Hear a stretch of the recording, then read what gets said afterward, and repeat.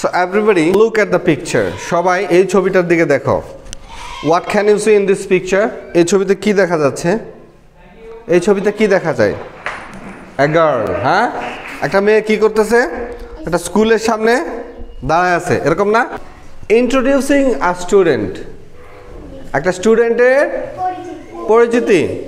এখানে এই ছবিতে একটা মেয়ে দাঁড়ায় আছে, হ্যাঁ, সে তার পরিচয়টা দিচ্ছে কিভাবে? এই টেক্সটে আমরা সেটা দেখতে পারবো। দেখি এটা কি আছে। ওই মেয়ে বলতেছে হ্যালো আই এম জারিন, তার মানে ওর নাম কি? Zarin. Hello I am Zarin, I am 8 years old, তার বয়স কত? 8 বছর। I am 8 years old, I am in class 3, আমি 3য় শ্রেণীতে পড়ি at Mohanpur primary school. Mohanpur primary স্কুলে, হ্যাঁ, সে কোন ক্লাসে পড়ে? 3য় শ্রেণীতে পড়ে। আচ্ছা, I live with my family at Mohanpur, আমি মোহনপুরে আমার পরিবারের সাথে বাস করি। বুঝতে পারছো? তাহলে জেরিন এখানে জেরিন তার পরিচয় দিছে, আমি আমারটা দেই, ঠিক আছে?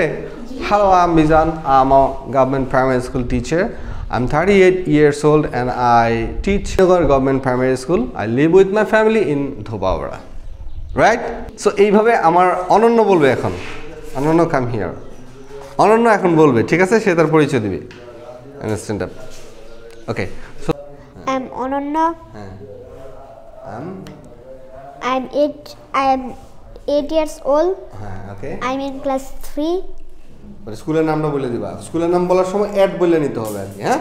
জি, এট বলো। এট, হ্যাঁ, এট কালীনগর প্রাইমারি স্কুল। ওকে, হ্যাঁ। তারপরে তুমি যে বাসা থাকো এটা বলো। I live by with my family Kalinagar, in Kalinagar. ওকে, সুন্দর হয়েছে না?